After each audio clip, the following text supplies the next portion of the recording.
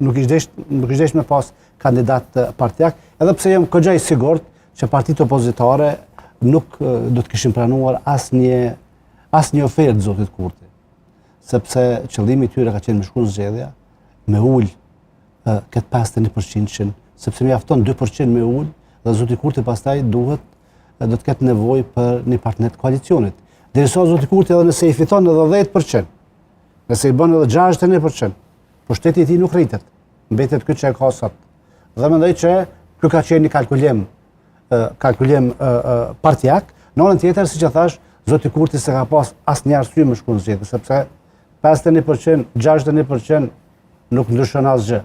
Dhe pse dikush tenton me shkruan zgjedhje kur e ka një shumicë kaq stabile që ka pasaj, të paparë deri më tash në. Por a mendoni se bisedimet për presidentin për një çështje që në fakt është një pas shumë i rëndësishëm, do duhet të bëheshin shumë më përpara, për shembull, sepse diskutimet